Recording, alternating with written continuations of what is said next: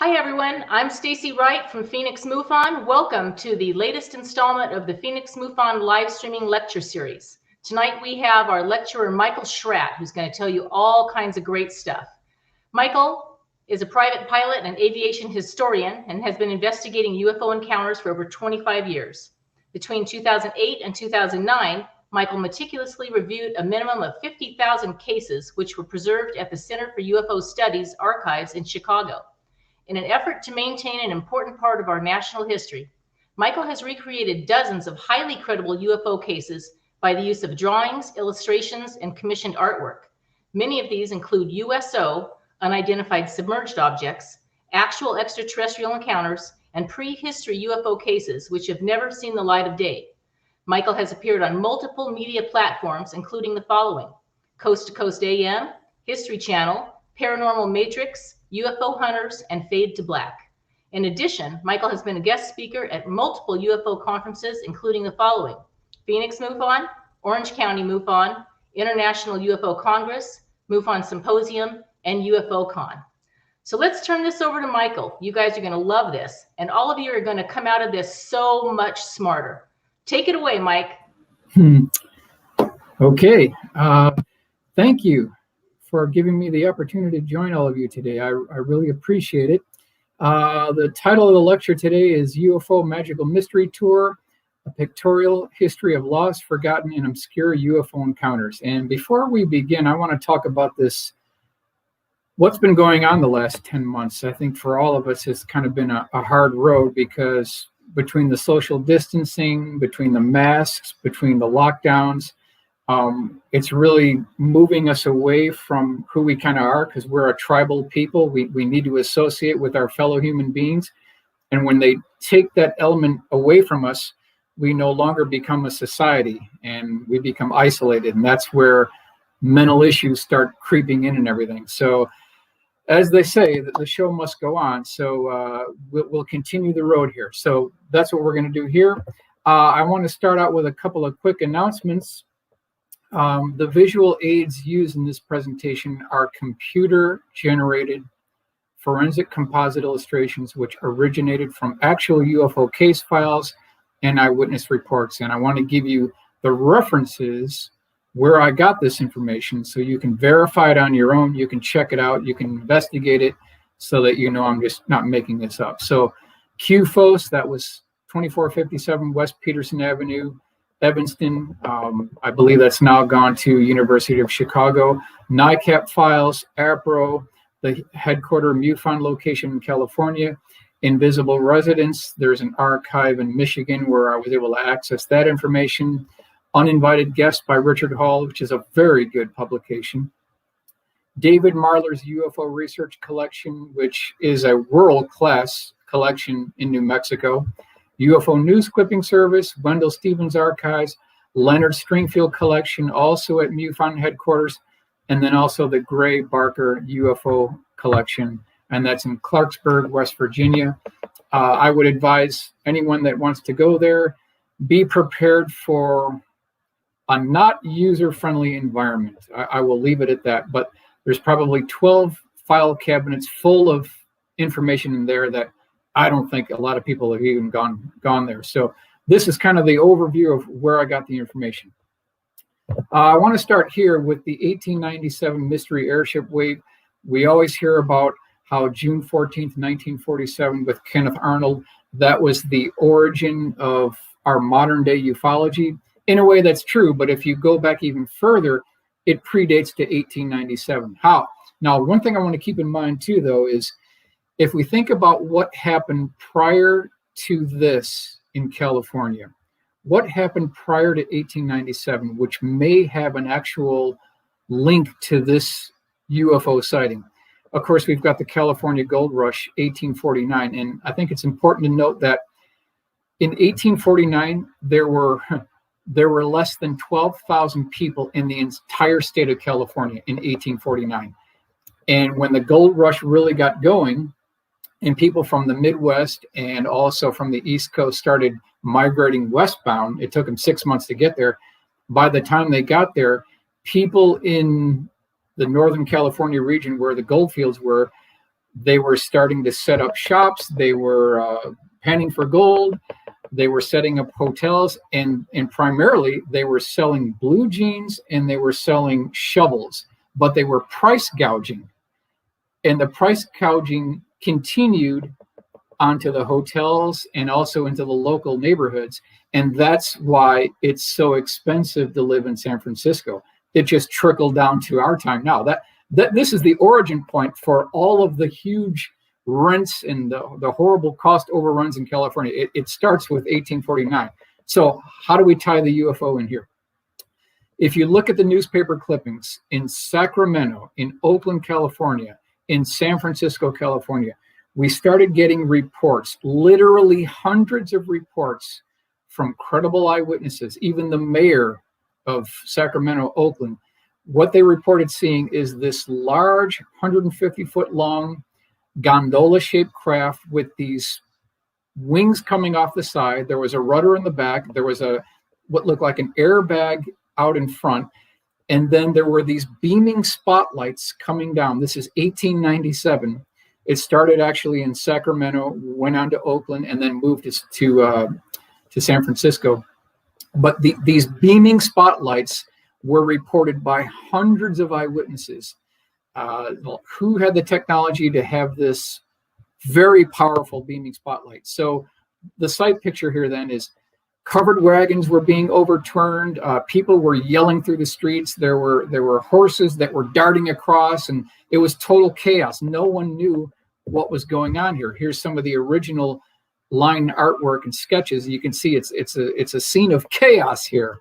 But I just want to point out the fact that these beaming spotlights were very powerful. And then also witnesses reported they had these lines coming down with weights. There were anchors coming down from these craft. We have reports of these well-dressed, eccentric, inventor-type people wearing suits and a top hat. We also have reports of laughter coming from these craft. We have reports of big black dogs on the deck of these craft also. In addition, sometimes these craft landed, and when the regular townspeople saw the quote-unquote pilots, they said they were wearing smoke-colored glasses. This is according to the newspaper reports. So a couple of highlights here. 1897 mystery airship highlights. Number one, the wave actually began on November 18th, 1896 in Sacramento. Number two, the object cast down brilliant beams of light on the city before it moved towards San Francisco. Number three, eyewitnesses described the craft as being 150 feet in length with 4 rotor-like arms. Number four, in some cases, anchors attached to ropes were dropped from the mysterious craft, and laughter could be heard originating from the interior.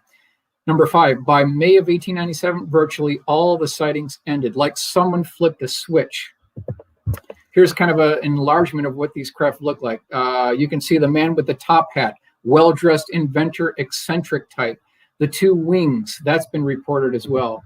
Here's the beaming spotlights coming down in the cities. And this is what it probably looked like at the time of the event. Here again, you can see the forward beaming spotlight.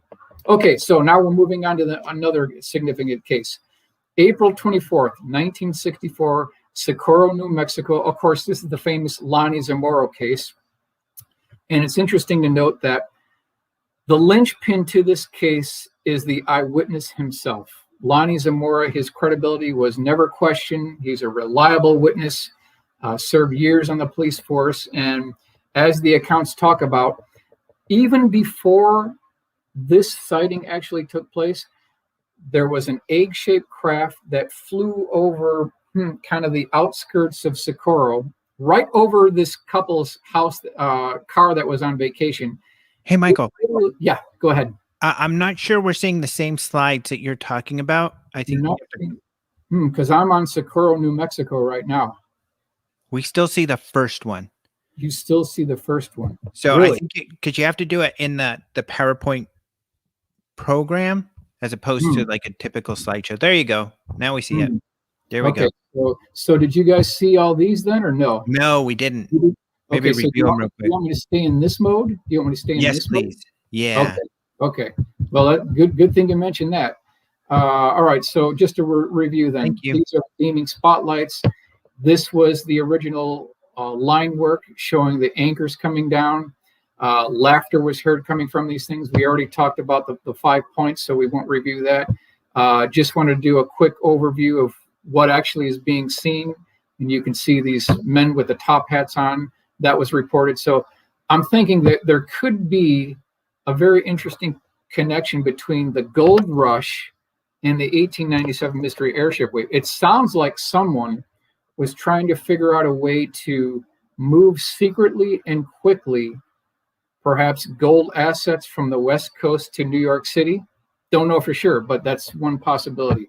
And we'll just wrap up here this section with just kind of an overview of what these craft look like. Okay, so moving on then.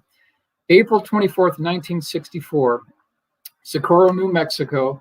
As I just mentioned before, it was Lonnie Zamoro who was the linchpin to this case because of his credibility. What you're looking at here is a rendering based on the original Eyewitness report by Thomas Bogan, who's a fantastic artist who's basically doing a lot of the artwork. I've commissioned him to do that. In the new book that was just published this year, it talks about how this egg-shaped craft buzzed a car with people that they were on vacation. And it was so low that they pulled into the police station. They filed a report, and the exact words were, "You people really fly your planes low around here, don't you?" That's the exact report. It's in the actual report. So it looks like it was seen even before Lonnie Zamoro saw it. So the side picture then is Lonnie Zamoro. He's chasing after a speeder. He sees this craft go over his location. He gives up the chase to the speeder, then makes this turn, kind of goes over kind of a rough, hilly location, and then about 300 feet from his police car, he sees this egg-shaped craft. It's light in color. It has 4 pogo lunar landing gear legs sticking out at a 45-degree angle. He does see what looks like 2 small-statured humanoid-looking beings that had this one-piece tight-fitting flight suit that was white in color. They were small-statured. They did not look, quote-unquote, alien, but more humanoid-looking. Now, if you read the Blue Book report, it says there that he got within 300, 250 feet to 300. The actual truth to the matter is he literally got within 330 feet of it. So he got a very good up-close look at this craft. Now, it wasn't soon after that whoever these beings were, they went inside the craft itself. It's interesting to note, too, that there was a banging noise heard. It's mentioned in a brand new book. There was a second banging noise heard, and then there was this roaring flame and loud noise coming out of the bottom, which looked like an exhaust port. These landing gear legs retracted. The craft sat there for about 30 seconds. The roaring stopped. The flame stopped. It was a blue-colored flame. It was not a liquid hydrogen, liquid oxygen-colored flame. It was a blue-colored flame. And then this craft slowly departed at a slow rate of speed. So here's the newspaper clippings. Flying Object Visits Region, New Mexican, April 27, 1964. So what I've done here is I've done a rendering of what we believe, quote, we believe that the insignia looked like. Okay, so this is what's been reported for over 50 years. We've all seen the Lonnie Zamoro symbol on the craft. We're very familiar with it. This is what it like. So just a quick run through here. If you take that symbol and you rotate 90 degrees counterclockwise, what you see here on the left is the first scenario then. That's 90 degrees clockwise. Now, the second one here, rotate arrowhead only to form the letter A with the stem. So that's what you get here. Now, if you transpose those two figures, you end up with CIA. And then if you flip those over mirror image, you get AD, Allen Dulles. So is there a CIA connection to this case? We don't know for sure. But I want to make a point here that what you're seeing here, ladies and gentlemen, what we've been led to believe is the actual Socorro symbol on the side of the Socorro egg-shaped craft. What we've been led to believe all this time for over 50 years, it's incorrect. How do I know that? Because in the brand new book that discusses this, also here, by Ray Stanford. He's the last surviving person who was on site the day it took place. He interviewed Lonnie Zamoro. Ladies and gentlemen, for almost the first time, sort of a world exclusive, this is the correct insignia. It was a Delta A, or kind of boomerang V-shaped insignia with 3 hashes going through the center. That is what was actually on the craft, not what we saw previous. So I brought it to this gentleman's attention. Ben Moss, who is the author of Not of This World, the email here, I reproduced it November 22nd, 2020. So my question is, why did Lonnie Zamoro sign off on a fake symbol? This is his exact answer to me. Quote, the symbol was changed by U.S. Air Force Major Holder for the simple reason that providing a fake symbol, if any other cases came up and a witness reported the fake umbrella symbol, then they would know that the witness was lying. So by Lonnie Zamoro signing the fake symbol, may be drawn by Holder, Lonnie was signing a contract with the government to keep his mouth shut on the symbol. It was country, God, then family in those days. This is word for word right from Ben Moss. So it sounded like Lonnie was, maybe he was strong-armed just a little bit, but it looks like they wanted to vet out other people that had a sighting. And you can see this is the result here. So the actual symbol was a Delta V with 3 hashes along the midpoint of the V itself. Now, here's my point here. I'm thinking that we could be looking at a man-made technology. I want to give you a couple of reasons why I think that. I'm keeping the mind open. So if you look on the top of this chart, and this whole thing is the White Sands Missile Range. You can see the box here, the perimeter. It's very large. It's taking up a lot of real estate here. If you look at the top section that says Northern Call-Up Area, and just to the left of that, you see Socorro, New Mexico. So as you can see here on the bottom, it's scale in miles. The Lonnie Zamoro case took place within a stone's throw of the White Sands Missile Range test area. Is there a connection? It's possible. It's only 5 miles away. So it's important to keep that in mind. Here are a couple of points here. Number one, object was seen within very close proximity to White Sands Missile Range. Number two, object featured retractable landing gear. Number three, UFO featured inverted barn landing gear pads with sharp 90-degree straight corners. And I'm going to get into that in a second here. Number four, a mysterious metallic slam, which is talked about in this book. Noise was heard just prior to liftoff and departure. Door hatch closing, question mark. Number five, a second mysterious metallic slam was also heard prior to departure. Latching locking mechanism engaged, question mark. Number six, a very loud roar was heard prior to liftoff. Change in frequency from low to high pitch. Number seven, a blue flame was seen coming from the bottom of the craft as it lifted from the ground. Now, I ask all the people who are watching and listening to this, where else have we heard of a blue flame coming out of the bottom of a craft with a very loud roaring noise?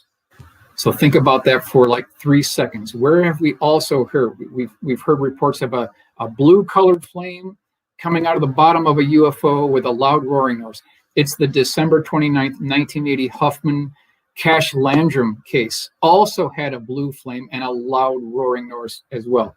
Okay, moving on. Here's the book cover, Not of This World, the 1964 Socorro UFO with Humanoids, Witness Policeman Lonnie Zamoro. This is a brand new book, came out in 2020.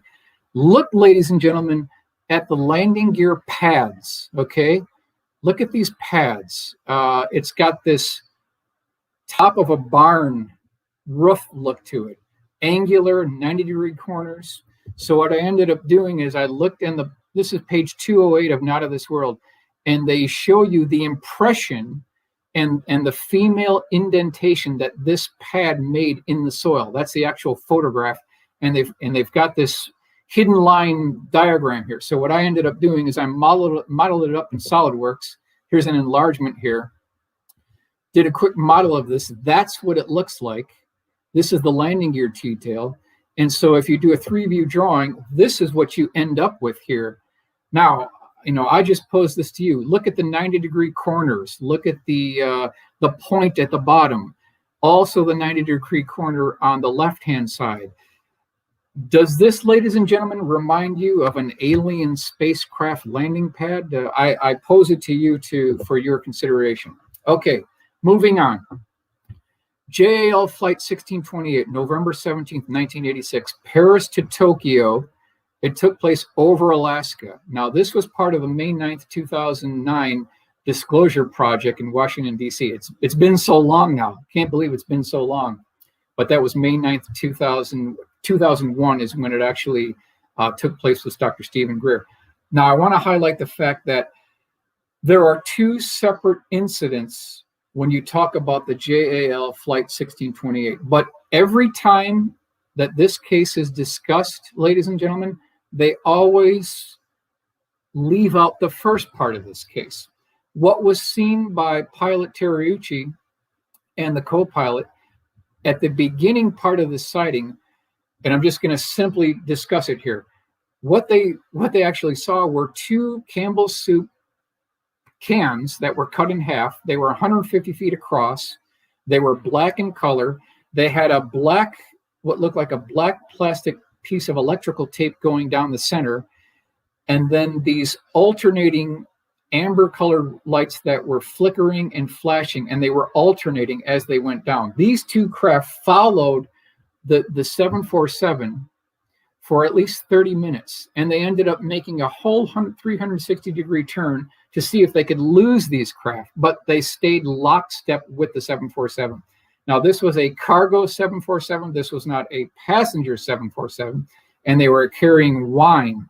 That was the cargo on board. So that's the first part of this case, which is almost never talked about. So here's the Miami Herald, Sunday, January 4th, 1987. FAA reviewing data from night Japanese pilots report UFOs, and they go into the case. It was confirmed on onboard radar TCAS on the 747. It was confirmed on FAA radar. It was also confirmed on military radar. So we've got three independent sources here. Here's his original sketch, everybody. Pilot Terryuchi, this is his original sketch looking outside the cockpit window. You can see those two coffee cans, and then we'll get into what he also saw as well. Here he is describing what the scene actually looked like. This is Captain Kenji Terryuchi. He was very outspoken. He actually lost his job. He got his job back, but coming from these pilots, military witnesses, commercial airline pilots, these are the kind of caliber of witnesses that we want here. Now, the second part of this sighting was a absolute massive acorn-looking craft that he described, quote unquote, as looking twice the size of an aircraft carrier. Those were his words exactly. So something was approaching from behind the 747. He saw it. The navigator did not see it, but he said it was, quote, twice the size of an aircraft carrier. And there were other sightings along that Yukon territory over Alaska as well. So that, in a nutshell, that is the JAL Flight 1628 case. Now, I want to talk about another case that this is known as the Canary Island case, June 22nd, 1976. Now, we know for a fact, and Alejandro, I'm sure you're aware of this as well, that this was part of that briefing document for the Rockefeller Foundation. So we know that President Bill Clinton is aware of this case. No question about it. It's a fact. We also know that Hillary Clinton is aware of this case as well. So like the top government officials, they know about this because they've read the report, no doubt about it. So June 22nd, 1976, the first part of this sighting took place on the easternmost part of the island chain here. And that's what we're going to drill down in here. This is from the deck of the Spanish naval ship Atrevida, 3 miles north, nautical miles off the coast of Punta Lentilla on the island of Fuerteventura. That's where the original sighting took place. And they saw this large glow over the island, this just large, tremendous glow seen by many eyewitnesses. Now, as we progress further into this case, whatever this glow was, it started moving westbound, and it kind of parked itself over the town of Guai, Grand Canary Island. It covered 85 miles in 3 minutes, which is equivalent to 1,900 miles an hour. It made no sonic boom, absolutely no sonic boom. It covered that amount of territory in that little of time. Now, as this is going on, people are seeing this. They're shocked. They're horrified. And what ended up taking place is they ended up seeing this clear bubble UFO. It's the best way to describe it. It looked like a transparent bubble UFO. Here's the original sketches from the eyewitnesses. It was about 25 feet in diameter. It had a circular floor at the bottom. It had these consoles. There were these 9 foot tall, what you could say, humanoid looking beings. They were wearing this red, tight fitting flight suit. They had a strange helmet. They were operating levers, and people could see the transparency of this. There was a tube coming up from the center of this craft, and then there was this blue smoke gas that was coming up through the tube and encompassing the interior of this plastic bubble. So what we're going to show you now is what it may have looked like from the perspective of the eyewitnesses. This is what we're looking at here. So Grand Canary Island, there were 11 eyewitnesses that saw this 25-foot diameter clear transparent bubble. The taxi cab driver saw it. He saw it. The doctor saw it, and his patient saw it as well, in addition to the other eyewitnesses. And this is all in the Rockefeller report. They go into great detail of the eyewitnesses that actually saw this. So this is another one of those humanoid cases. This would be a CE3 case because we're looking at beings here in this case.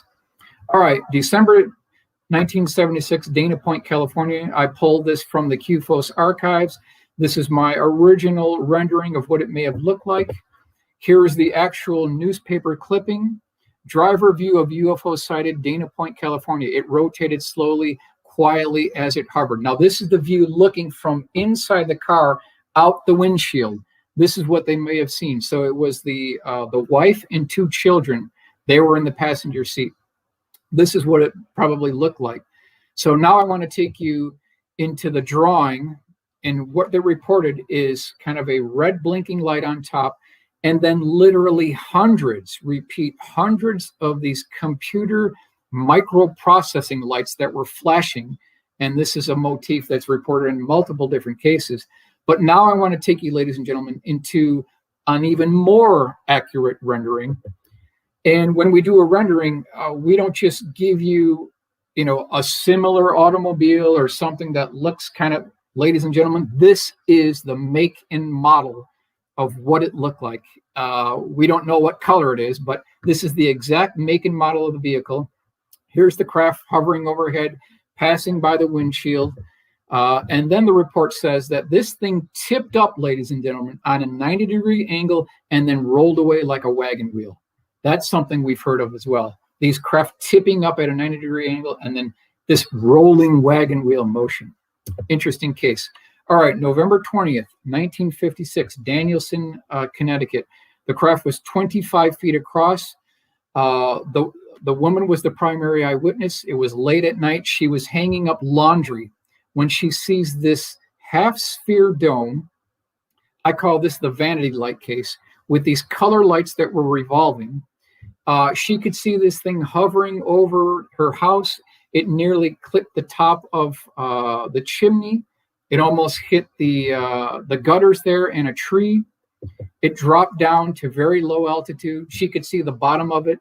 She could see what looked like these Tesla coils or these plugs. And then each plug had at least 3 donuts connected to each plug where the light was. And each of the donuts was separated by a black band. We'll get into that a little bit later. It was illuminating the whole place below it. And here you can see these Tesla coils, or sockets, she called them. We'll do a blow up here.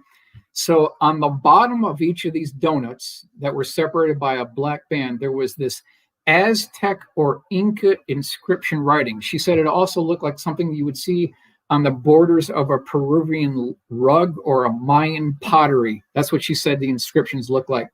And what I think is very interesting is she actually did a very, very good sketch. Here is her original sketch. And you can see this Aztec Inca lettering, this Peruvian rug border type design, something that you might see on Aztec pottery or Mayan pottery. That's what she said. And this thing slowly departed at a slow rate of speed, but she got a very good look at the bottom of this craft. Here's kind of my rendering that shows you these 24 sockets. They were rotating, and then I've done an enlargement here so that you can see what these designs look like as well. This is back in 1956. This is, who had the technology to do this? It was making no, major noise. It was silent craft back in 1956. Okay, we'll move on to another case here. January 1st, 1970, Finland, 2 skiers were going down a hill, and as the story goes, we've got the original report, they saw a cloud that was pacing them. Eventually, this cloud moved ahead of them. It parked itself in kind of an open area, maybe, you could say, about 15 to 20 feet above where the ground was. So they came to a halt, and then this cloud dissipated. There was a bright flash, and then a beam of light came down, I kid you not, from the bottom of the craft that was 10 feet in diameter. It had a dome on top. The outer circumference was about 10 feet in diameter, and it had 3 inverted balls at the bottom. Out from this beaming light comes what can only be described, ladies and gentlemen, can only be described as a garden gnome. He had claw-like hands and fingers. He had a strange cone-shaped hat. He was wearing a one-piece tight-fitting green suit. He had a very crooked nose, and he was carrying some type of a photographic device on his chest, and he was moving it from side to side like he was taking photographs of the 2 skiers. I mean, it's a crazy case. You can't make this stuff up. This is the original rendering. Gray Barker UFO collection from Clarksburg, West Virginia. So we've got this case now on file, and we've got the rendering as well. So another case. Other publications in foreign publications interviewed these 2 skiers, and they photographed them. They were left with a physical effects. So it's really a CE2 and it's a CE3 because they saw some type of a beam. Very good case. Very good case. Next one. February 3rd, 1983, Mobile, Alabama. Interesting case. The primary eyewitness, it was about 9 p.m. She was driving home from a dinner engagement, and she felt this booming noise. She could hear it. She could feel it. The car was vibrating. She pulled off to the side of the road. She got out of the vehicle. She looked under the vehicle to see maybe the transmission fell out or something. That seemed to be okay. She got back in her car, driving another half mile, and on the right-hand side, there was a clearing that was all lit up. As she got closer, she could see this massive 210-foot-long craft that was about 80 feet tall. It had this stair-stepping section as it tapered aft toward the rear. It had these illuminated porthole windows that she could see through because she was below this craft. She got out and went around this thing. And she said that when she looked through the windows, she could see what looked like, in her estimation, it looked like a shipping yard. It had these cross-beam and girders. It had bulkheads. It looked like something you would see on a battleship shipping yard where they were laying out the keel of a battleship with all these bulkheads. She also said that the top section had a transparent window that wrapped around about 40% of the leading edge of the craft. Inside this transparent window section, she could see what looked like 5'10" humanoid-looking beings. It was an antiseptically sterile environment. They were wearing this one-piece tight-fitting white flight suit, and they were completely oblivious to her down below. Below that section, there was another transparent section. Then there were these circular portholes that were also transparent. She could see below that what looked like a box section, 6 foot by 6 foot square box with these 3 foot diameter, you could call them cannon sections sticking out. They look like guns. We don't know for sure. Below that section, there was a door that was closing from right to left, and she could see on this far left-hand wall what looked like tubes, pipes, and cylinders on the far left-hand wall. Below that, there was an asphalt road that led into the craft, and below all of that, on the bottom of the craft, there were 2 gondolas that had a transparent section with the same humanoid-looking beings that were about 6 feet tall, wearing this white piece tight-fitting flight suit. Just above the gondolas on the bottom of the craft, she could see what looked like 24-inch by 24-inch highly polished reflective mirror sections that made up a cross on the bottom of the craft. As this thing departed, she could also see through the windows, and it had lights, and it departed at a slow rate of speed and made no noise whatsoever. This is back in 1983. Here's another rendering. Here you can see this door closing from right to left. And the APRO Bulletin 1983 is the reference from where I got this. This is the original sketch from the APRO report. Okay, moving on. This is USS FDR, November 1958, Guantanamo Bay, Cuba. They were on a shakedown cruise. This has been reported in multiple documentaries. They've talked about this. I actually did speak to the primary eyewitness. He described the case in great detail. MUFON has this case on file with his original sketch, his original 3-page report.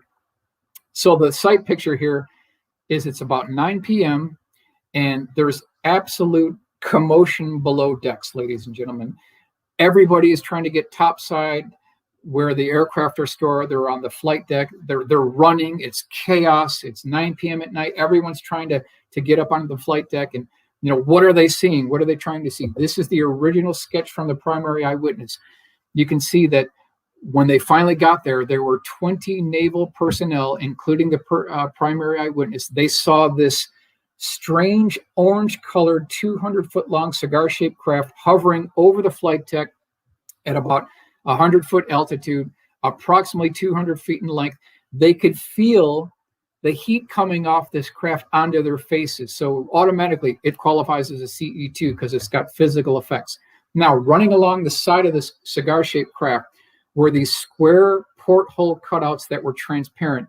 And inside these portholes, these eyewitnesses reported seeing these humanoid-looking beings that were walking back and forth around this porthole section. Very strange.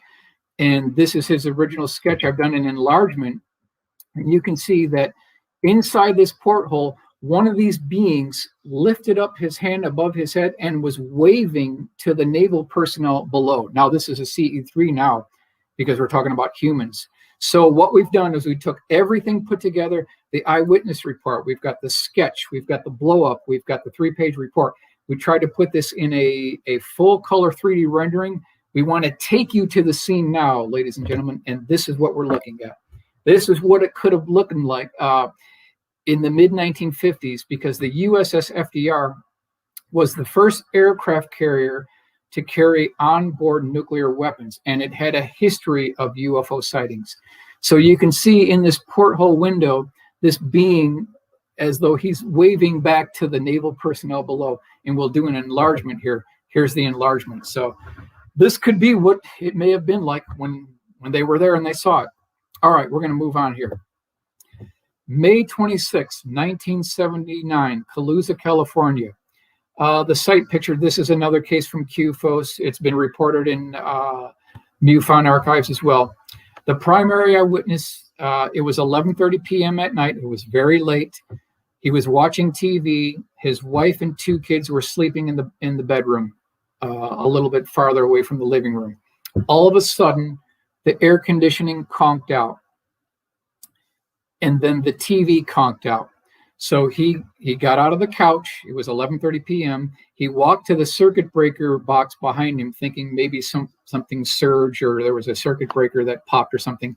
The next thing he knew is that the hair on his head and the hair on his arms and the hair on his chest started going up, standing up straight on end and crackling. He looked up and saw a 140-foot diameter dish-shaped craft directly above him. It had this lemon squeezer rib dome section. If you've ever seen one of these orange juice squeezer, lemon squeezer, that's what the dome of this craft looked like. Very odd. On either side of the outer circumference, there were these 6 conduit pipes that were dangling down that had frayed edges. And then on either side of the craft, there were 2 prongs that were sticking out all the way with it, had a hook-like device. Now, a little bit after that, he could see off to the left two identical craft that were half the size of this craft that appeared to be sucking power off the 500,000 volt power lines nearby. They were exactly the same, but just exactly one half the size. Now, while all this is going on, these conduit pipes retracted into the bottom of the craft, and then these prongs retracted at the exact same time, but they only retracted 90% into the bottom of the craft, not all the way in. The second that happened, these gooseneck lights popped off and were shining on either side. At this point, this guy is shocked. He's horrified. He walks in. Here's the original sketch of what the craft looked like. And you can see this ribs section that looked like a lemon juice squeezer. Very odd, very strange. He wakes up his family. He wakes up his wife, the two kids. They pull open the blinds, and now they're looking outside the bedroom window to the backyard. They can see that large craft flanked on either side of the two smaller craft, and they're pulling off power from the 500,000 volt lines.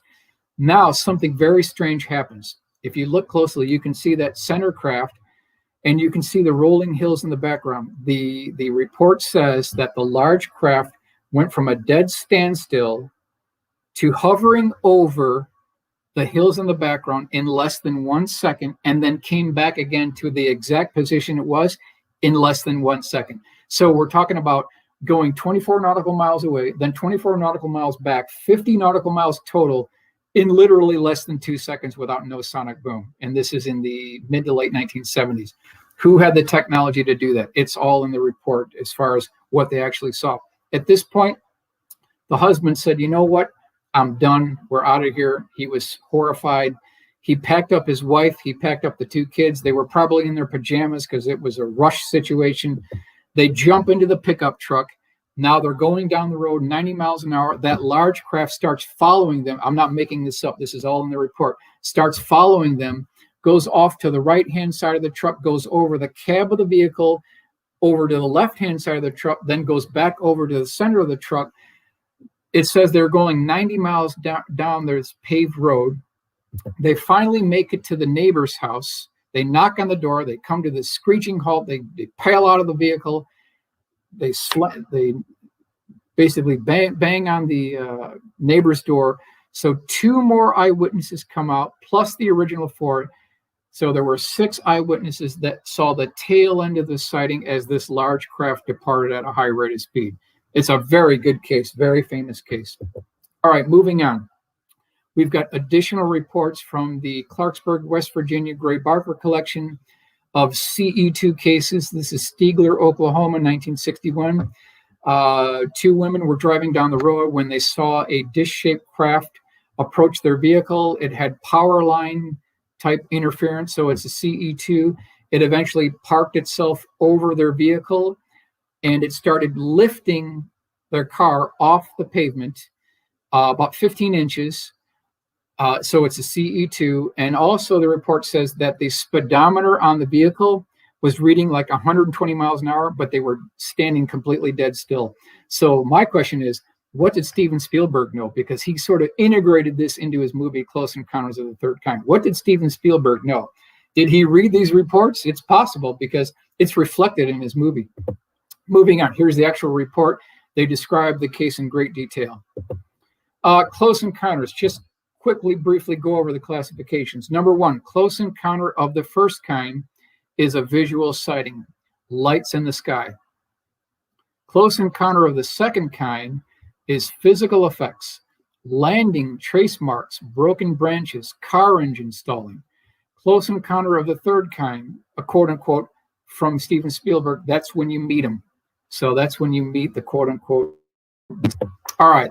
Now, this is one of these cases that I was able to pull from the QFOS archives. To my knowledge, it's never been seen. I don't think it was ever published in their local newspaper report that they used to produce. This is December 26, 1972, Maracaibo, Venezuela. There were actually 3 eyewitnesses, the husband, the wife, and their young daughter. They're on the top floor of their 15th floor apartment complex. They're looking eastbound, and they're expecting an airliner to approach their location. And because they kind of see this airliner every night and everything. And The husband notices that he sees this orange-colored flame that looked like the engine nacelle of an airliner was on fire. So he thought, wow, there might be a plane that's in help or needs help or something. As it got closer, this was no airplane. This was no engine nacelle fire. What they saw was this 50-foot length elliptical shaped craft that was very odd. It had these exhaust ports that looked like cast iron exhaust ports that were along the left and right side of the craft, about, you could say 30% back from the leading edge of the craft, that wrapped around the back of the craft as well. And then it had what looked like these twin half hemispherical domes that were facing each other with a continuous arc sparking light going between these domes, like some type of capacitor was going on. And we'll do an enlargement here. This is what the craft looked like. This is 1972, based on the original eyewitness reports. Now, the flames that were coming out of these cast iron exhaust ports were not flames as we know them that you would see on a campfire. And you can see the direction of arrow, direction of flight is indicated by the arrow here. These flames, when they were coming out of this exhaust port, they looked like tongues of flame from a lasagna noodle. That's what they actually look like. Now, as this thing is moving by, he called for his daughter to go next door to get a pair of binoculars, and he got binoculars on this thing. He got a very close look. Here you can see these hemispherical domes with this continuous arcing light that was going between them, like a welder's sparking flame or something. Very strange. As it was moving by, the smoke from this arc light was moving with it. And as this thing departed, it flipped up at a 45-degree angle, then continued its original flight path, and then a second craft identical to this one also passed within probably 300 feet of the eyewitnesses. Here's what these lasagna noodle flames look like. They look like an electrical discharge more than they actually look like flames. Okay, we'll move on. May 16th, 1967, Falcon Lake, Canada. This is the Stephen Michelin case, very famous case within the field of ufology. He was a prospector, so he was wearing these plaid shirt, very thick plaid shirt. He had thick jeans on. He was wearing leather gloves. He was wearing a hat. He was wearing welder's goggles to protect his eyes because he was a rock hound. He was looking for minerals. As the report discusses, he heard birds that were kind of like fluttering nearby. They made a commotion. He looked up and saw two dish-shaped craft. They were 40 feet in diameter. One of them departed at a medium rate of speed. The other one landed close to his vicinity. So he walked over to the craft, and you can see that here. And there was this slotted section around the upper dome. And then there was this hatch-like device on one side of the craft. And then a little bit over to the left, you can see this other dark-colored section. That was another, what looked like a port, which had these perfectly evenly drilled holes within this port. And we'll do an enlargement here. So as he got close, he actually knelt down. He could see that the hatch was open. He looked inside the hatch, inside the craft. There was this violent radiating light that was coming out from the interior of the craft. He could hear what looked like laughter and some kind of a language that he couldn't decipher. To this day, he could never figure out. And of course, he's passed by now, but a very interesting eyewitness. Now, the measurements were 2 feet by 3 feet for the hatch. And then this vent or exhaust port was about 6 inches by 8 inches. So those are the dimensions. It wasn't long after that the hatch door slammed shut, which he thought that was kind of rude because he didn't quite understand. And here he is looking inside the craft itself. At that point, this craft, we're showing it with the door open. This craft levitated about a foot off the ground, started rotating counterclockwise. And then when that other vent-like port lined up with his body, there was some type of a hot gas exhaust that hit his clothes and burned him severely. Actually set his clothes on fire. It's a CE2 case. He has very strange burn marks on his chest that were concurrently coming in and out for years at a time. It looks like he There was some type of a very serious effect toward him. He threw up trying to get home. He was disoriented. He was a pretty good, credible eyewitness. And here's a blow up of what it looked like. And you can see the pitch of the holes matches the pitch of the burn mark on his chest. And I'm sure everyone's seen this before. Here he is with his welder goggle looking inside the craft from the original report. Here's the pitch. There was also metal fragments seen at the site as well. And you can see the burn marks on the sketch that match the pitch of the exhaust port itself. Now, thanks to our good friend, Antonio Huneas, he actually pulled up the actual photograph from the Royal Canadian Mounted Police. Ladies and gentlemen, this is an actual photograph of where the craft came down, and you can see the circular ring that was left by them. You can see the depression and discoloration of the soil is in the perfect circular ring. This is an actual photograph of where this thing came down, courtesy of Antonio. Here's the Edmonton Journal, May 24th, 1967. You can see him holding up a sketch of the craft itself. And unfortunately, he's no longer with us now. All right, moving on. October 9th, 1972, Long Island, New York, Smithtown. There were two eyewitnesses. They're driving down the road kind of at night, and the wife saw it before the husband. And what they reported seeing was these white lights at first that were kind of elongated. There was a red light on the left side of the craft, a green light on the right side of the craft. She told her husband to stop the car, pull over. She got out. She was more bold than the husband was. He stayed in the car, rolled down the windows. He was looking at it from the perspective of the driver's side. She got out, walked over her road or her lane of traffic, was basically standing on oncoming traffic lane. She looked up, and again, she had a better view than the husband did. What she reported can only be described, ladies and gentlemen, as a flying iron. It looked like a flying iron. There were two poles sticking up on either left and right side at the exterior part of the craft. Connecting the poles across the top was some type of a wire or bar. She described that as well. Here is what the actual sketch looked like. We've got the original sketches from the Eyewitness report. There's a 10-page audio tape transcript, which we've got as well. And that's from UFO Investigator. This is February 1973. So that's the origin point of where we got this. So this is back in 1973. Here's the original sketch from the primary eyewitness. They interviewed both the husband and the wife as well. So we've got both of their testimonies independently on file. Now I want to talk about some of these prehistory cases. Now this is from the Otto Binder reports.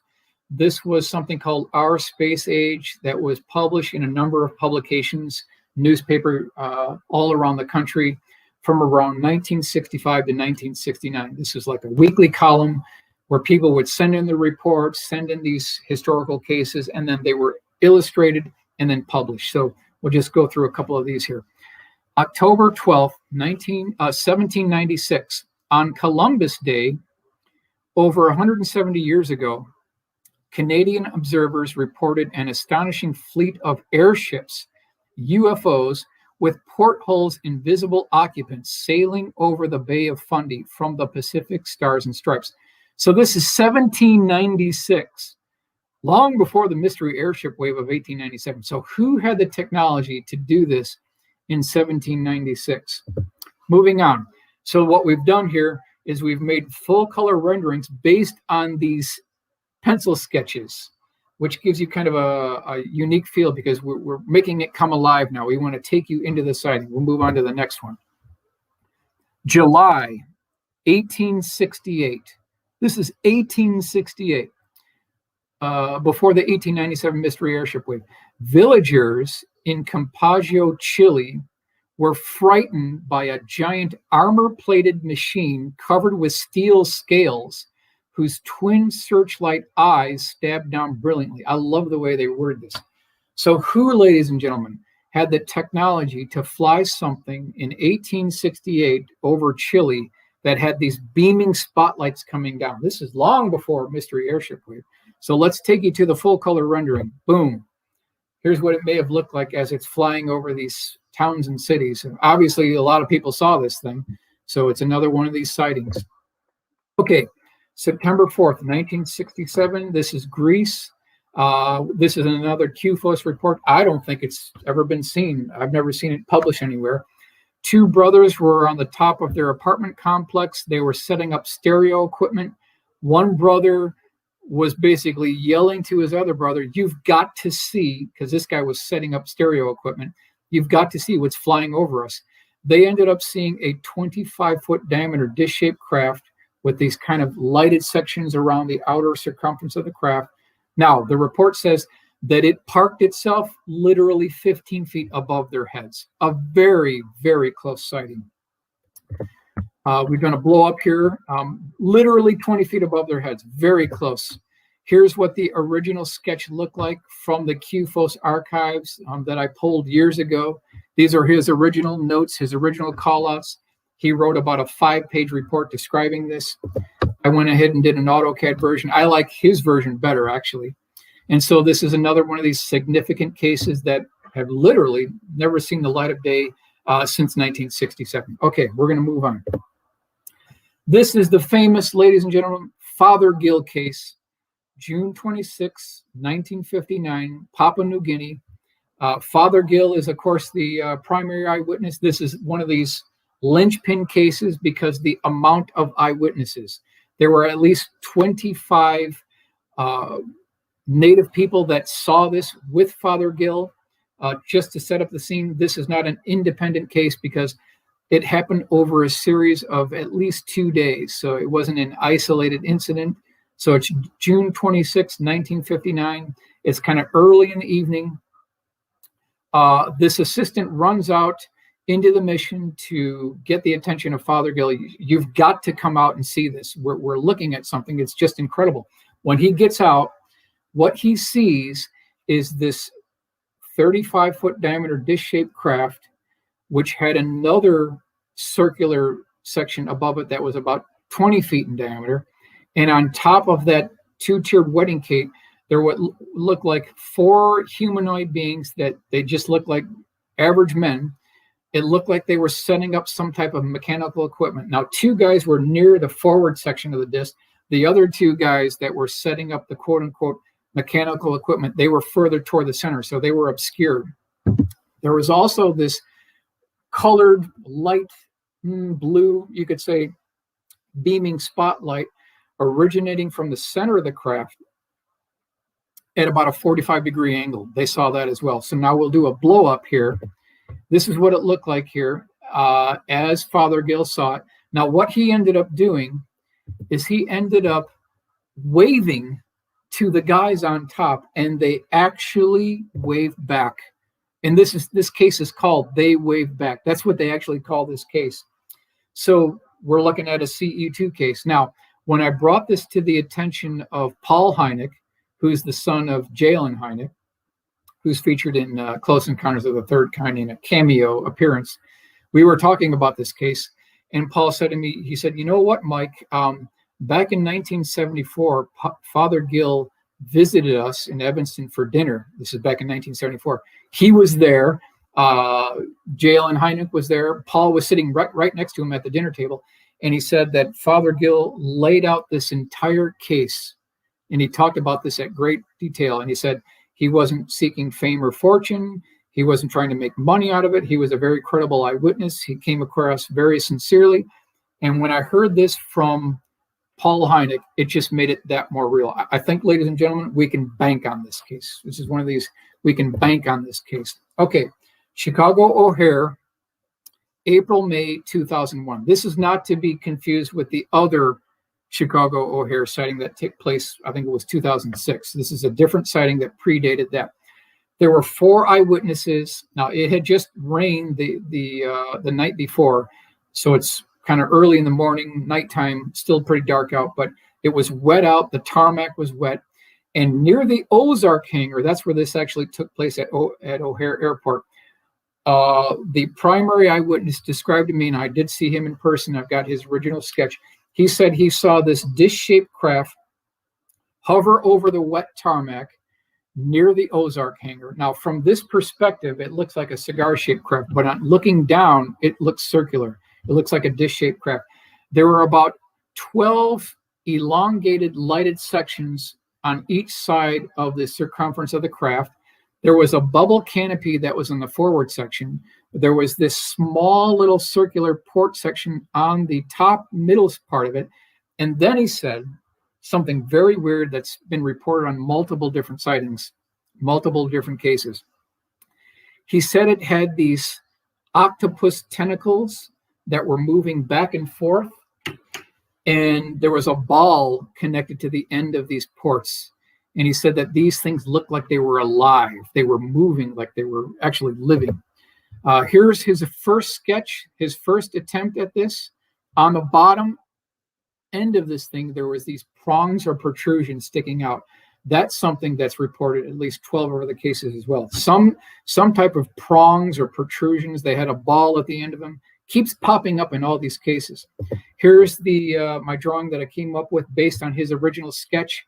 You can see the porthole windows. You can see the bubble transparent canopy, and then these strange tentacles with a silver ball at the end of them. It was about 24 inches in diameter. Again, this is something that gets repeated often. All right, now we're moving on to what I believe, ladies and gentlemen, is my favorite case of all time within the Project Blue Book cases that shut down in 1969. Because according to the government, they're out of the UFO business as of 1969, but then later under the ATIP program, we know that they did resurrect their research. Okay, so the site picture is March 23rd, 1966, Temple, Oklahoma. It's 5:05 in the morning. This is an actual Project Blue Book report. We're getting it from the government, not from me, not from CUFOS. It's actual government case. It's 5:05 in the morning. An electrical engineer who's also an instructor by the name of Eddie Laxon. He's driving down the road. He's got his lights on. All of a sudden, he sees something blocking his road. It's parked at about a 45-degree angle. He gets out of the vehicle. He's looking at it. It looks like a bowling pin, ladies and gentlemen, or it looks like a perch or a fish. It's kind of fat at the front, then tapers back toward the rear. It's about 75 feet long. It's about 8 feet wide. It's about 6 feet tall. It has a bubble canopy at the front.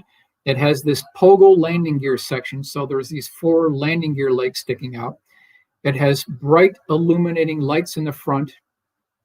There is a hatch, which is on the right or starboard side of it with an air stair.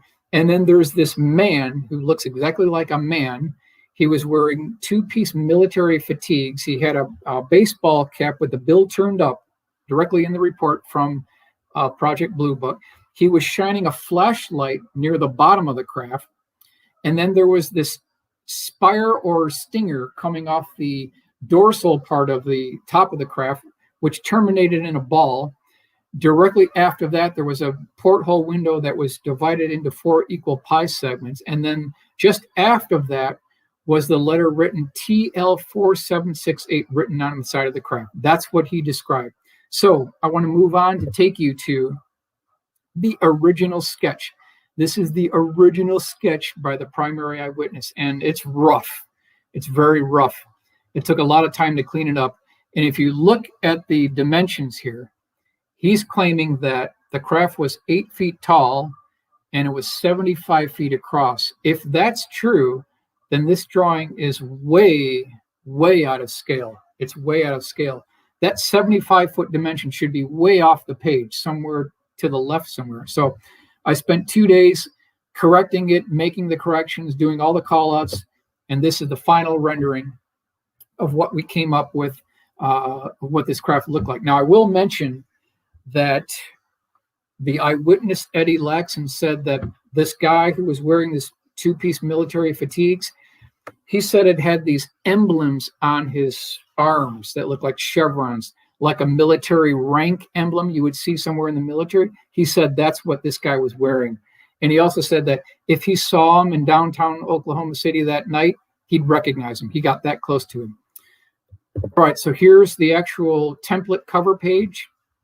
And you can see here, Temple, Oklahoma, that's the time. It talked about how it was 75 feet in length. This is the actual forward template part of it. And the report goes on to say that just before departing, this thing made a high-pitched drilling noise, and then it lifted off the ground silently. It retracted the gear and departed like a spark on a grinding wheel at like 720 miles an hour at sea level. So it probably broke the sound barrier, but made no sonic boom. This is back in 1966. Someone figured out how to do this back in 1966. Here's a newspaper clipping. This is the Daily Oklahoman, March 1st, 1971. That's an actual photograph of Eddie Laxon, and it says, "Object sighting now rude." So in other words, he regretted even talking about it, which actually adds credibility to his sighting. Now, we're going to move on to what I think is probably the most strange, obscure, crazy, unusual case within ufology, but there's some good paperwork to back it up. November 2nd, 1967, Rary, Idaho. Two men were driving down the road, and then all of a sudden they saw a 6-foot diameter dish-shaped craft that had a transparent bubble canopy on top. There were these strange beings inside the craft. It looked like it had attached itself to the hood of their car because the car was moving and the craft was moving with them at the exact same pace. The next thing that we know that happened is the car stopped. It rolled over to kind of a grassy area. And here you can see the Otto Binder report, and I'll just read this here. November 2nd, 1967, near Rary, Idaho, the car of Guy Tossie and Will Begay suddenly came to a halt by itself when a small flying saucer and its two humanoid pilots appeared out of nowhere. And so what we've done in this rendering is we've taken you to the original sketch. This is the original sketch from the report. And we've got you, ladies and gentlemen, on the actual road, plus or minus 5 feet where this actually took place. So we're not taking you near there. We're taking you to there. Exactly. Here's the original sketch of what it looked like. Now, these humanoid beings, whatever we want to call them, their face was very rough. It looked like hamburger meat. That's what they talked about. Here you can see the diameter was 6 feet, and it had this strange flame coming out of the bottom of it. Here's the cleaned up drawing that I created based off the original sketch. Here you can see the drawing and the call out, clear dome covering most of the top portion of the craft. And then the bottom had this green, orange changing color on the bottom of the craft. So here's what the report says. The transparent dome tipped up. One of these beings hovered out of the craft itself. He was wearing a blue-colored one-piece tight-fitting flight suit. He had a backpack connected to his back. He flew over to the driver's side door. He opened up the door. He got behind the wheel of the driver's side, if you can believe this. The driver then moved over to where his friend was on the passenger side, and they were hysterical at this point. Whatever this guy was or whatever this being was, he started making these bird chirping noise. It sounds crazy, but it's in the report. He starts driving the vehicle. Now, it didn't say how he touched the pedals, but he starts driving the vehicle. He goes about a quarter mile. He goes off the road, goes into a green area. The passenger on the far right-hand side becomes absolutely hysterical. He jumps out of the passenger door and runs away. At that point, the being, or whatever it was, gets out of the driver's side car door, goes back into the craft, and then flies away. And it's all been reported. Very well documented case. Moving on to Grovos Mills. This is July 9th, 1995. At least a 3-page report described how young they were, kind of like 18, 19. They were kind of going out at the night, driving through this forest when they saw this craft. Very strange. It looked kind of like, you could say it was a machined out thimble with these red, white, and blue lights, and then white lights on the bottom of the craft. And then it looked like shafts of light coming down, and then within those shafts of light are these balls of light going up and down. This is Grovos Mills, Missouri, back in 1995. A good 3-page report on this case. Now, no discussion about UFOs would be complete unless we talked about the Michelin Man case. It sounds crazy, but there are at least 3 cases of this Michelin Man being reported all around the world. So this is July 31st, 1968, Reunion Island. This gentleman had just gone around a corner. He was picking foliage and grass for his rabbits when he saw this 16-foot long, transparent shaped, elliptical egg-shaped craft that had a blue translucent left and right section that was kind of opaque. The forward section was transparent, and then what looked like these 2 Michelin Man beings inside the transparent section. On the bottom of this craft, it had this opaque pedestal landing gear, and then a mirror image pedestal landing gear on top of the egg-shaped craft. At that point, when the Michelin Man on the left saw that he was being seen by the primary eyewitness, he got the attention of the one on the right, and there was this big sparking flash. The craft completely disappeared. The primary eyewitness was disoriented, and then when witnesses and reporters got back to the case 2 weeks later, they found the residual effects of radiation near the soil of where this actually took place. So it's a CE2 and it's a CE3 case. This is back in 1968. Here's the original sketch from the actual report itself. Now, moving on, we've got a second case of this Michelin Man. This is March 14th, 1976, Lyra, Spain. The primary eyewitness was a man and a woman. They were returning from their son's naval graduation party. So they're returning home. It's a little bit late at night. The wife saw it first. They were going over a hill, and as they passed around this bend, she could see this white light ahead on the left-hand side of the road. And she described what looked like a corkscrewing object that corkscrewed out of the ground and then transformed into what looked like Sunday night at the Oscars. That's what it looked like. It looked like Sunday night at the Oscars, or this Michelin Man. He was about 9 feet tall. He was hovering 15 inches off the pavement. He wasn't walking, he was hovering. This is the original sketch from the report. You can see them driving back. That's the map of where it took place. And in the report, it says that he was glowing. And as the car drove by, the lights on the car flickered. So it's at least a CE2 case. And the wife said that when they passed this guy and they were like 300 feet away, she turned around and got one last look at this thing as though it was looking at her, this very haunting final look. And the driver of the car, this is his original quote here. He said, quote, "It was not of this world, but of another." So Mr. Don Vincente Correll, that was his statement on what this thing actually looked like. Now, I've got a third case of these Michelin Men. This is December 12th, 1977 in France. This was a young girl who was drying dishes. She just finished the dishes. She was looking out the kitchen window. She was stacking the dishes, and she saw this 22-foot long elliptical egg-shaped craft that was glowing red. It had no seams. It had no visible means of proportion. There were no visible rivets. There were no portholes, no hatches or anything. What she ends up seeing is this diving suit guy emerges from the top of the craft. He was wearing kind of a circular helmet with a cutout window in the front of it. Again, here's a third case of this strange Michelin Man. So at the very least, we've got 3 cases. Now I want to move on to this one. I know there's been some controversy around the former head of MUFON. I'm going to leave it at that, but we have to cover this case. So this is April 1965, Thousand Oaks, California. The primary eyewitness, and this is the rendering I did off of his original sketch he provided for me. I interviewed him at great length. He did the pen sketch. This is the AutoCAD version burned off of the SolidWorks model. What he reported in Thousand Oaks, California, 1965, and his brother saw it too. It was early in the morning, about 8 feet to 10 feet in length.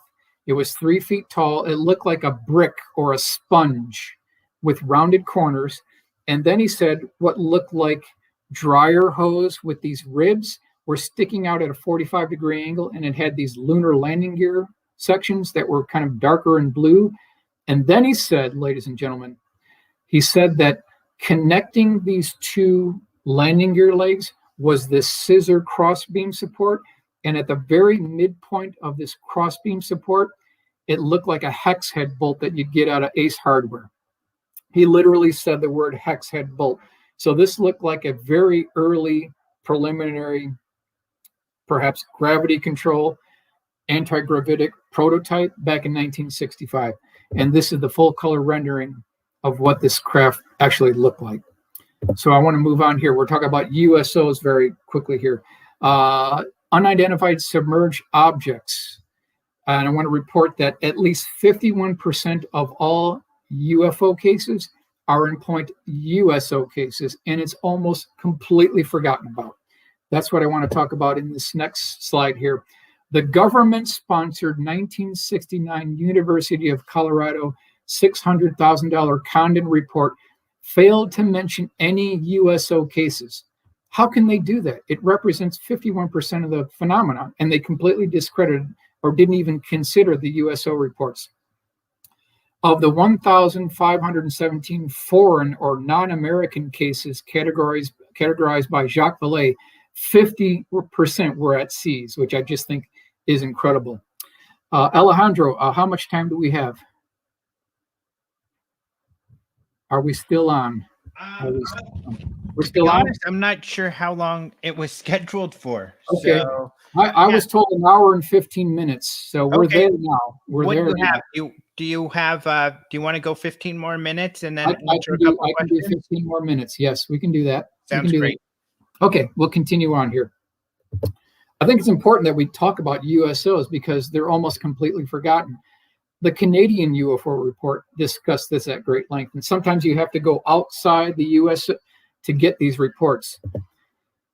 This was an interesting report that was talked about by Ivan T. Sanderson. He wrote a book called Invisible Residents. Very good book, very good book.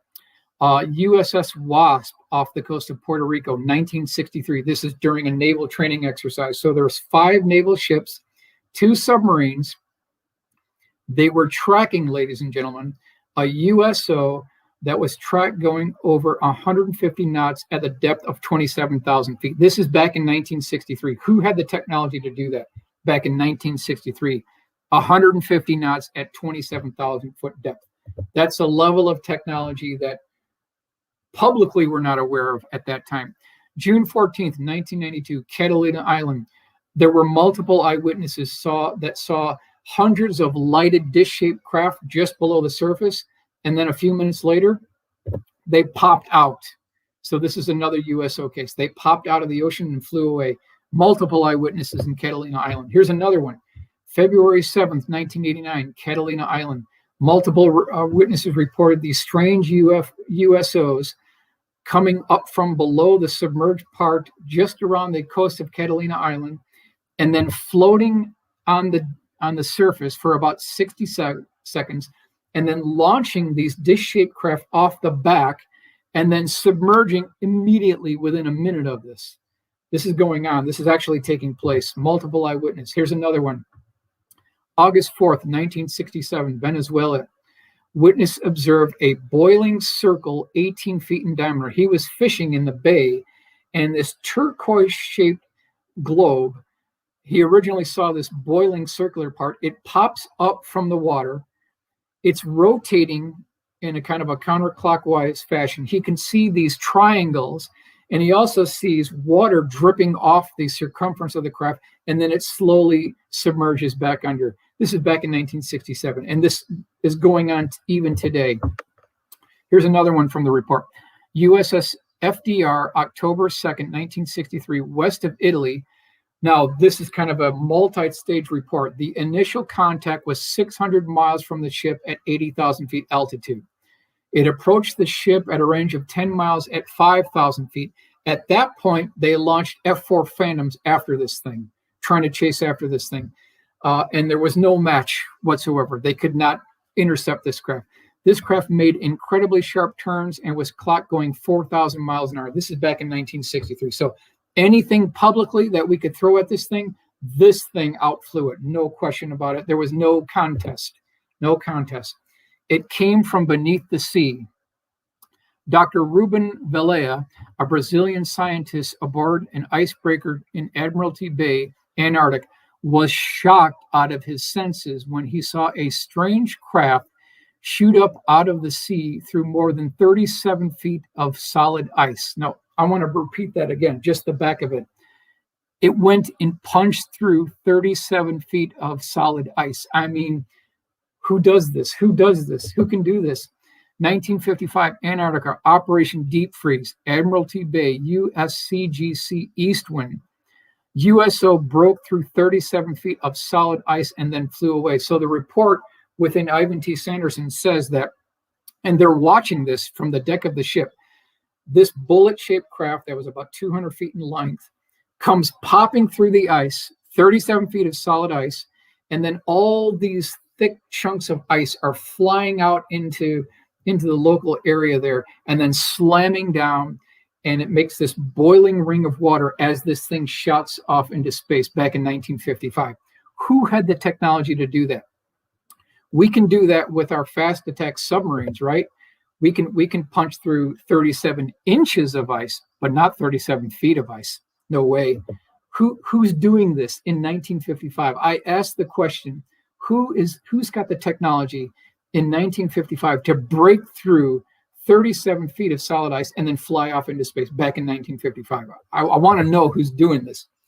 We've also got cases during the Reagan administration when these Typhoon Boomer class submarines are being tracked by USOs, and this is the Typhoon class Soviet Boomer submarine. It's the biggest submarine in the world. They tracked within their sonar these USOs popping out of the water 200 feet in length and then going off into space. And they got it tracked on radar, on onboard sonar. This went on during the Reagan administration. No question. Invisible Residence by Ivan T. Sanderson. That's the reference where you can read about these cases. It's very well detailed. We'll do a couple more of these USOs here from the Autobinder reports. April 19th, 1959, near Japan. Aboard a fishing boat, the amazed crew spotted two saucers diving into the ocean at terrific speed, yet no wreckage was ever found, as if the UFOs had deliberately submerged for an underwater trip. So here's the full color rendering that we came up with. Pretty much matches what we see in the report. Next one, June 3rd, 1961, Sayona, Italy. Gianmarco Barra and his companions felt waves rocking their motorboat, then saw a huge UFO rise up out of the sea and sail off through the sky, as if equally at home in the ocean or in the air. So again, 1961, who's building these things? What are these things? It makes no difference what medium they travel through. Air, water, they can punch through ice. They can do anything effortlessly. Back in 1955, 1961, who is doing this? But the cases just keep piling up. You just can't discredit all of them. Here's the color rendering we came up with. All right, here's a good one. 1882, near Ascension Isle, a British steamer came upon a gigantic UFO floating in the ocean at like 800 feet long, or nearly as big as the Queen Elizabeth, which slowly sank beneath the waves and vanished from sight. Back in 1882, this is being reported. Here's what it may have looked like when it actually took place. Here's another one, July 30th, 1909. Let's call it New Zealand. Men aboard a dredge reported a boat-shaped UFO that circled all around with two human-like figures visible inside. Back in 1909, this is going on. This is just after the Wright brothers, December 17th, 1903. Someone's doing this. Someone's building this. Here's the full color rendering we came up with. This one I really like. November 13th, 1833, a crowd on both the American and Canadian sides saw a peculiar square-shaped UFO hover over Niagara Falls for an hour, after which it sped away toward the ocean. This is 1833. Someone's flying a cube in 1833. It's hovering there. Hundreds of witnesses are seeing this in Niagara Falls. It's being reported. I mean, you can discredit a couple, maybe 3 or 4, but when you start getting hundreds of these reports of USOs, ancient history, modern times, ancient documentation, U.S. Navy reports, you just can't discredit all of it. Here's the rendering we came up with. I mean, it's happening. It's going on. It's beyond a question at this point. It's taking place. All right, we'll do a couple more here. This is a good one. May 1967, Mr. X, name withheld by request, of Anderson, South Carolina, was fishing on Hartwell Lake and saw an octagonal UFO apparently pumping up water through a metal tube. Mr. X was he was near enough to cast and strike the object, but nobody came out, and it soon shot away into the sky. So here's another report of one of these USOs, but this one I call the Water Pumper UFO. There's multiple reports of these UFOs or USOs pumping up water, sucking up water, spraying water. This report says he got so close he cast his line and hit the thing with the bobber and the weight. Close-up range sighting. Here's the full color rendering of what we came up with to show you what this one may have looked like. Another one, January 24th, 1968, in Indiana, Pennsylvania, a witness saw a saucer hovering over a pond with 2 occupants who were apparently repairing their equipment. This is back in 1968. Here's what it may have looked like. So again, we see this bubble transparent canopy around the 1960s. That keeps on popping up. All right, I think maybe we'll end here. Little Pudding River, Oregon, 2012. This I got from David Marler. It did not make it into his book, so credit goes to him for giving me this case.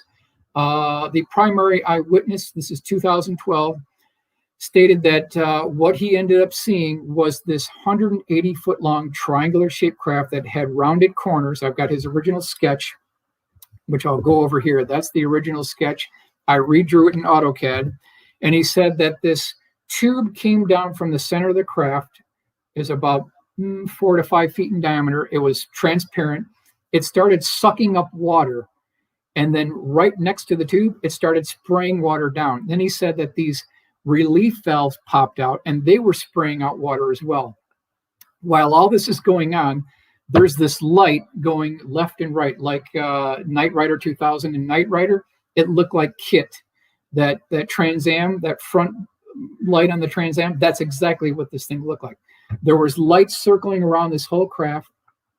And then he said that the craft was making this kerchunk noise like a washing machine. And what it would do, it would fly away, then it would come back, and it would repeat the cycle over and over again. So here's the color rendering of it here. And the police officer, he got close enough to see this as well. And he saw it. So it's a multiple witness sighting. And so the point of this whole presentation is to make these cases come alive that have been sitting in these archives for 40, 50 years. And I thought, someone's got to drill down and pull these cases out, bring them up to 2021 standards, do a full color rendering, take you there, make you think that you're actually there looking at it. I want to make these cases come alive. And it's just important to maintain this history. I don't want this to be forgotten. And I invite you to verify these on your own. I've tried to give you the references and the newspaper clippings of where you can verify this. And I want to thank everyone for their attention, and thank you very much. Excellent. Great work. Thank you so much. I agree with you that this historical stuff is so important, and that's what you've always done, is such an excellent job at rendering these. They're beautiful images. Thank you. They're great. Now, there have been a couple questions, if you don't mind. Real quick. One of them was, let's see, they're hard to find, but there was someone essentially asking, I can't find this one now, about the UAP task force and your thoughts about the upcoming report, and if you feel we'll actually receive some useful information when the government does come up with that report. Yeah, I'm waiting with bated breath, just like everybody else is. I don't have an inside track. I wish I knew more, but all I would say is that within those series of sightings, and we can just zoom in here really quickly, When we talk about the 2004 U.S. Nimitz Tic Tac UFO encounter, that's the actual screen. We've got the aircraft carrier, we've got the F-18 pilots. But what I want to mention, though, is that what the pilots are reporting in the high definition video, they've got this Tic Tac UFO, but then on the top and sides of this thing, there's these prongs or protrusions sticking out back on the 2004 high definition video. I want to make everyone aware that this isn't the only time this has happened. Another Tic Tac UFO, almost the identical shape and size, was seen in Wycombe, Pennsylvania back in March 1967, and it had almost the identical prongs or protrusions sticking out back in 1967. So whether or not we're going to see anything, I don't know. We'll have to find out. That's amazing. That's a great case. That's really interesting. The last question we'll make it looks like was your ideas. Are there any hotspots that would you say there's UFO hotspots? And if so, where? Hotspots used to be Hudson Valley, 83 to 89. I think it's tapered off from that point. I mean, it used to be huge. Certainly West Coast California, that's a hotspot. Other places within New York. Now, if you talk to Linda Zimmerman, she'll tell you, and she's the best of the best. Linda Zimmerman needs to get more credit than she has gotten because she's a top researcher. She's got cases, going back to mid 1960s, 1950s in New York. People were seeing things in New York prior to the Hudson Valley wave. So I would say New York on the East Coast, California on the West Coast as well. Yep. Mm-hmm. And it looks like, from the work, of course, you used to work with Open Minds. We had the most amazing researchers and such a great group when we had a whole staff at Open Minds. You one of them. And one of them we used to look at, too, is, it looked like deserty areas had more sightings, Sure. but these are also areas with more military. Sure. Do you think that could be the case where people are also catching glimpses of these black projects? I believe that a large majority are military, and I'll leave it at that. Yes, I do. Okay, great. All right. Well, thank you so much, Michael, for joining us. This was extremely interesting. It's wonderful what you're doing. And on behalf of Phoenix MUFON, thank you very much. Okay, thanks so much. Mm-hmm. All right. Thanks, everybody, for joining. Until next time, next event that we have, thank you very much for joining, and we'll see you next time. Bye.